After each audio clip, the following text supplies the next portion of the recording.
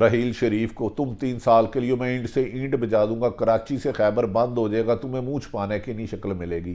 نواز شریف جو کہتے تھے قمر جوید باجوہ رضائن دو، خلائی مخلوق نے دھاندلی، پوری اسٹیبلشمنٹ پر دھاندلی کا الزام لگایا تھا 18 کو، جنرل فیض کا کوڈ مارشل کرو، اب وہ بھی ان کی ترجمانی کرنے لگے ہیں۔ کوا چلا ہنس کی چال اور اپنی چال ہی بھول گیا۔ خیر ناظرین، آ جاتے ہیں ہم چیف جسٹس آف پاکستان کی طرف۔ چیف جسٹس کے یہ الفاظ بہت اہمیت کے حامل ہیں کہ یوں لگتا ہے کہ سپریم کورٹ اپنے اس فیصلے پر ہر صورتحال پر عمل درآمد کرائے گی، چاہے اس سے کوئی بھی قیمت ادا کرنی پڑے، یعنی کہ زندگی سے لے کے نوکری گنوانے تک تیار ہے چیف جسٹس، لیکن آئین پر آنچ نہیں آنے دیں گے۔ یہی آپ کی پاکستان کی کامیابی ہے اور یہی عمران خان نے لوگوں کو شعور دیا ہے۔ اس سے پہلے چیف جسٹس نے سماعت کے دوران ریمارکس دیے تھے کہ اگر امتحان ہی مقصود ہے تو وہ نتائج کی پرواہ نہیں کریں گے، یعنی کہ جو دھاندلیاں دے رہے ہیں، دھمکیاں دے رہے ہیں اور ٹیلی فون ٹیپ کرا رہے ہیں، وہ پاگل ہیں،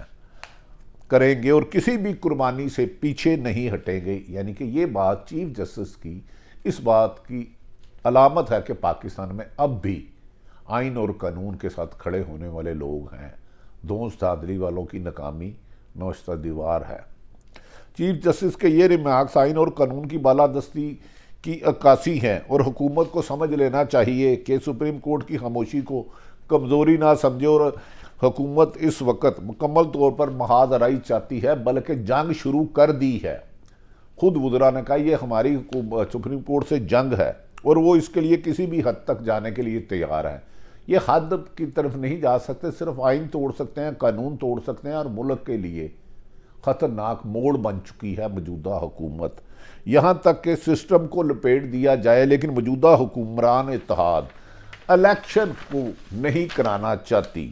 انہیں اس سے فرق نہیں پڑتا ملک میں مارچلا لگ جائے، لیکن ایک عمران خان کا راستہ روکنے کے لیے پورے سسٹم 15 سال تک جمہوریت کے تسلسل کو بھی ختم کرنے پر ان کی حرکات اور دھمکیاں نظر آ رہی ہیں۔ اس محاذ آرائی کے لیے حکومت نے چیف جسٹس کے اختیارات کم کرنے کا قانون بنایا، یعنی کہ چیف جسٹس کو بالکل صفر کر دیا کہ نہ وہ بینچ بنا سکتے ہیں، اور چیف جسٹس کا مقصد ہی رول ہی ختم کر دیا گیا جو ان کے پاس اختیار نہیں تھا، لیکن اس معاملے پر بھی حکومت کو لینے کے دینے پڑ گئے۔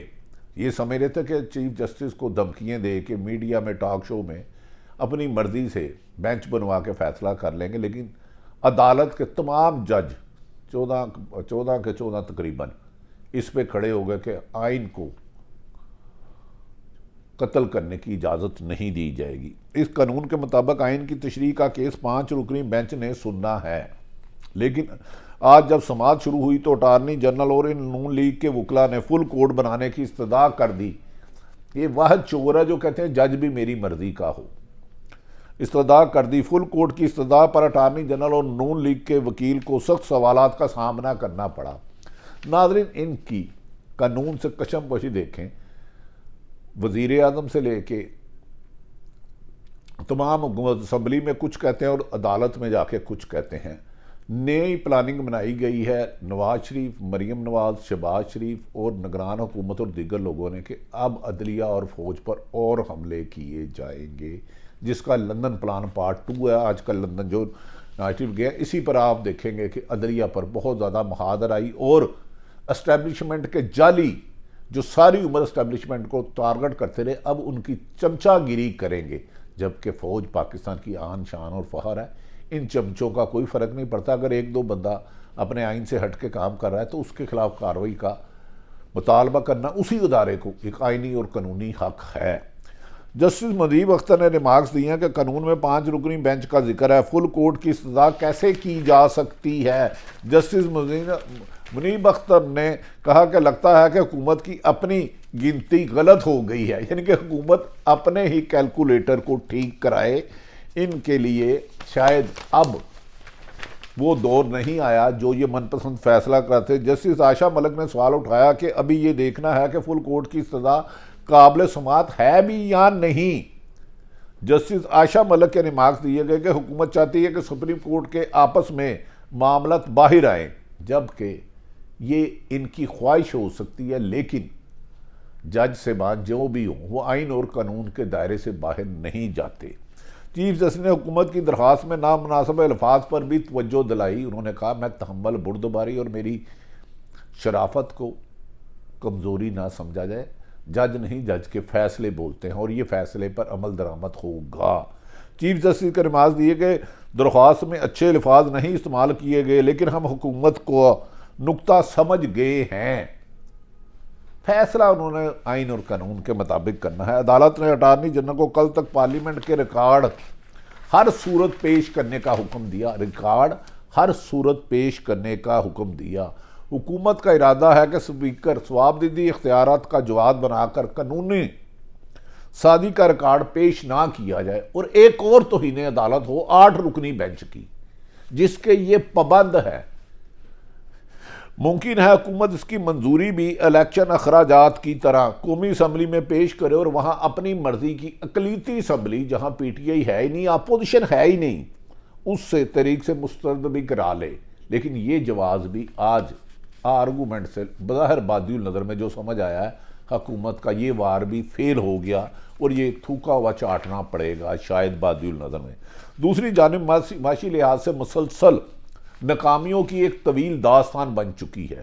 مہنگائی تقریباً 48% سے زیادہ ہو چکی ہے، ڈالر کسی بھی کنٹرول میں نہیں رہا، بجلی کے روزمرہ کی قیمتوں میں اضافہ، کھانے پینے کی اشیاء میں 50% سے زیادہ اضافہ ہو چکا ہے۔ لیکن اس کے باوجود آئی ایم ایف نے ابھی تک اپنے ایجنڈے میں پاکستان معاہدہ نہیں رکھا، یعنی کہ سیاسی طور پر بھی ناکام، ملک کو امن رکھنے میں بھی ناکام، اور سفارتی سطح بھی حکومت ناکامی کی تصویر بن چکی ہے، جس کا مطلب ہے کہ بجٹ سے پہلے آئی ایم ایف سے معاہدہ ہو ہی نہیں سکے گا اور عوام پر اب مہنگائی بار بار خودکش حملہ آور گرائے جائیں گے۔ دوسری طرف عمران خان نے کہہ دیا ہے کہ اب وہ پورے ملک میں جلسے جلوس اور متواتر کریں گے۔ اب مذاکرات کا دروازہ ٹوٹل بند ہو چکا ہے۔ دوسری طرف سوات میں، بلوچستان میں اور خیبر پختونخوا میں سخت بے چینی پائی جا رہی ہے۔ خیبر پختونخوا کے جان بوجھ کے دہشت گردی کو پر قابو پانے میں ناکامی کی وجہ سے ملکی حالات خراب کیے جا رہے ہیں۔